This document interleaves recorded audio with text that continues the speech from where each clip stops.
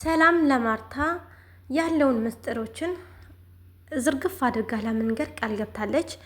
እንዲሁም ማርታ ለደረጀ ሰላም ለኔ የሆነ ምስጢር አለኝ እነግርሃለሁ እያለች ነበረ። ምን እንደሆነ ማርታ ምን ምስጢር ይሁን አላውቅም ብላ ለደረጀ እየነገረች ነበረ። ደረጀም እንደዚሁም በጣም እየደነገጠ ነበረ። ሰላም ጤና ይስጥልን ውድና የተከበራችሁ የመሲ ቻናል ቤተሰቦች እንኳን ወደ እኔ ቻናል በሰላም መጣችሁ እያልኩኝ ለቤቴ አዲስ ከሆናችሁ ላይክ፣ ሼር፣ ሰብስክራይብ እያደረጋችሁ ቤተሰብ እንድትሆኑ በአክብሮት ጋብዣችኋለሁ። እንደተለመደው በአዲስ ቪዲዮ ሁሌ እንደመጣው እገኛለሁ ማለት ነው። ዛሬ ደግሞ ሰላም እንዲሁም ከዚህ በፊት ከደረጀ ጋር የተነጋገሩትን ነገር ለአቶ ደረጀ ነግራ ነበረ። ማርታ ለደረጀ ምን ነበረ ሰላም የሆነ ምስጢር ምነግርህ ምስጢር አለ ብላ ነግራኝ ነበረ ብላ ለደረጀ ስትነግር ደረጀ ደግሞ ምን ብሎ ደንግጦ ማርታን አያት ማለት ነው። ምን ብላ ነው የነገረችው? ምን ምስጢር ነበረ የነገረችልሽ ላንቺ ብላ አይ ምስጢሩን አልነገረችም፣ ግን የሆነ ተደብቆ የተቀመጠ ምስጢር አለ መሰለኝ ልትነግረኝ ነው ስል ነገረችሽ ወይ ብሎ ደጋግሞ ይጠይቃት ነበር። አይ አልነገረችኝም፣ ግን እነግርሻለሁ ብላ መቼ ነው የምትነግርሽ ላንቺ ታዲያ ስል አይ ስትነግር ለኔ ትነግርኛለሽ ብሎ እነግርሃለሁ ላንተ ችግር የለም እኔ እነግርሃለሁ አለች። ከዛ ደግሞ ደረጀ በሀሳብ ውስጥ ገባ። እንዴት ልትነግር ትችላለች? እኔ እኮ ከዚህ በፊት እንደዚህ ነግሬያት ነበረ። እንዴት አሳልፋ እሷውን ሰላም ይህንን ምስጢር ከነገረች ቤታችን ትዳራችን ሊበጣበጥ ይችላል። እንዴት ይህንን ለመንገር ቻለች? ደግሞ እንዴት እነግራለሁ ብላ እንደዚህ ትላለች? ይህን ሁሉ እየነገርኳት ለሰላም ብዙ ነገር መክሪያት እንዴት ምስጢሩን ልታወጣው? በቃ እኔ አሁን ምን ብዬ ማሳመን እንዳለብኝ ቀድሜ እኔ ማሳመን አለብኝ ማርታን። ሰላም አሁን ቀድማ ከነገረች ነገሩ በጣም ከባድ ስለሆነ አሁን ቀድሜ እኔ ማርታን ማሳመን አለብኝ ብሎ ብቻውን እያወራ ነበረ። ከዛ ደግሞ እኔ ካላሳመንኩኝ ያለ ብቻውን እያወራ ነበረ። እንዲሁም ደግሞ አቢጌል እና ዳጣ እያወሩ ነበረ። አቤጌ ዳጣን በጣም እየተቆጣቻት ነበረ። ለምንድን ነው ከናታ ጋር የምታወሪው? አባይና ማይ የሉም ብላችሁ እናንተ ቤቱን እንደፈለጋችሁ የምታደርጉበት ምክንያት ምንድን ነው ያለች አቤጌ በዳጣ ላይ በጣም እየተቆጣቻት ነበረ። ደግሞ ዳጣ ደግሞ ለምንድን ነው ታዲያ ገበያ ወጥተሽ ማሸጪው ናታን አለች። ዝም ብለሽ የሆነ ነገር ከምታወሪ ይልቅ ገበያው ስጂና ሽጪውና እስኪ ስንት እንደሚያወጣ ምናምን እያለች እየነገረቻት ነበረ።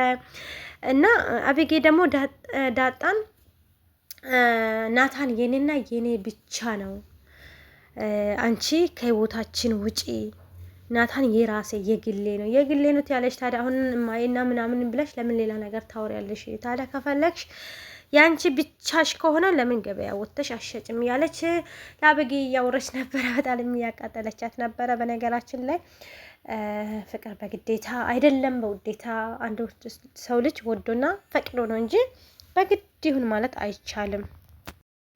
እና እንደዚህ እያሉ አሁን ደግሞ ልተናነቁ ሁለቱም ልደባደቡ ተነሱ። ዳጣም አብጌድም እንደዚህ ተነሱና አብጌድን ደግሞ ዳጣ ነቀቻት ማለት ነው። በጣም የሚገርም ነገር ሁለታችሁም አንድ ቤት እያሉ እህታሞች መሆናቸውን እስካሁን ድረስ ስላላወቁ ነው። እህታሞች መሆናቸውን ቢያውቁ ኖሮ እንደዚህ አይሆንም። በእርግጥ አብጌ አንደኛ በመጠርጠሯ ለምን እንደመጣች ማወቅ ስለፈለገች ነው እንደዚህ የምታደርገው። እና ናታና ውሃዬ ደግሞ አንድ ክላስ ላይ ተቀምጠው እያወሩ ነበር። እና አባዬ ሄዷሉ ወይ ምናምን እያለ አዎ እኮ እና አባዬ ቤት የሉም ስትል እና ናታን ደግሞ ማንም የለም ወይ ቤት ውስጥ ስል አዎ የለችም አብጌድም ወታለች ስል በቃ ሂጂና ዳጣን ጥሪያት ብሎ ለውሃ ነግራታል ማለት ነው። ውሃዬ እሺ ልጥራት? አዎ ጥራት ብሎ ውሃዬን ይልካታል። ውሃ ደግሞ ጠርታ ይዛ መጣቻት ማለት ነው። ከዚህ በኋላ ጨርሻለሁ ብላ እሷም ለመውጣት እየሆነች ለምንድን ነው እዚህ ክላስ ምትጠራኝ እያለች ዳጣ ደግሞ ናታንን እየጠየቀች ነበረ። ከዛ ናታ እንሷን አንተ ሁሌ ተኝተክ ነው ወይ የምትበላው? አረ እኔ ተኝቼ አይደለም የምበላው ቁጭ ብዬ። ውሃ ደግሞ አንተ ተኝተክ ነው ለካ የምትበላው? አረ ተኝቼ አይደለም ቁጭ ብዬ ነው እያለ ለውሃ ይናገር ነበረ። ከዛ በኋላ አብጌ ደግሞ በድንገት መጣችና በሩን ስታንኳኳ ናታን ደግሞ ወስዶ ዳጣን ሽንት ቤት ደበቃት ማለት ነው።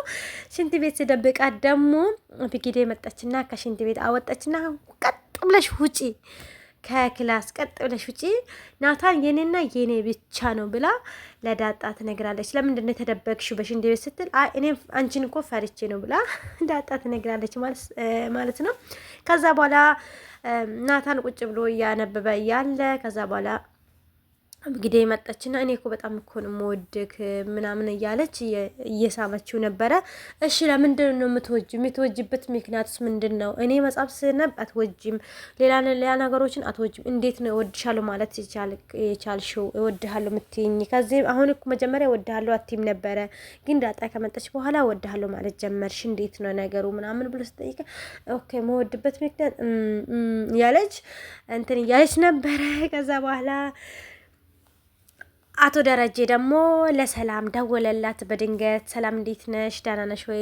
ለምንድን ነው ለማርታ የነገርሽው ነገር ብሎ አቶ ደረጀ ሰላምን ጠይቀታል ማለት ነው። ማነው አጠገብሽ ያለው? ማንም የለም፣ ከጓሮ በኩል ወጥቼ ቁጭ ብዬ ነው ማለት ነው። እባክሽን ሰላምዬ ይህን ምስጢር ደብቂ። ከዚህ በፊት አልነገርኩሽም ወይ ላንቺ? ይህን ምስጢር ለማን እንዲወጣ አልፈልግም። እምቢ ካልሽ ጋሼ ንገረኝ፣ ካልነገር ግን ይህንን ምስጢር እንደሚያወጣ ታውቃለህ። እኔ ከዚህ በፊትም ነግርክ ነበረ ይህንን ሁሉን ነገር ለሷ እነግራለሁ ብዬ ነግሬ ነበረ ምናምን እያለች አደራሽን እንዳትነግሪ ስል እሺ አለች። ከዛ በኋላ ሰላምና እችኛ ዳጣዬ ተገናኙና ኩሽና ላይ ሰላም ዳጣን አንቺ እንዴት ነሽ ምናምን እያለ የሆነ ታሪክ የነገረቻት ነበረ። የነገረቻት ደግሞ የሆነ እንትን ጋር ደረሱ ማለት ነው። ከደረሱ በኋላ እና ዳጣን አንዳንድ ነገር ሰላም እየጠየቀቻት ነበረ። አንቺ እናጡት አልጠበሽም ወይ ምናምን? አረ እናጡት እኮ አልጠባውም። ለምን አልጠባውም? በቃ ከዛ በኋላ እንደዚህ ስትል በቃ ሰላም ደግሞ በደንብ ትኩር ብላ ማየት ጀመረች ማለት ነው። ዳጣን ልጇ በመሆኗ አወቀች መሰለኝ። በቀጣይ እንገናኛለን። መልካም ቆይታ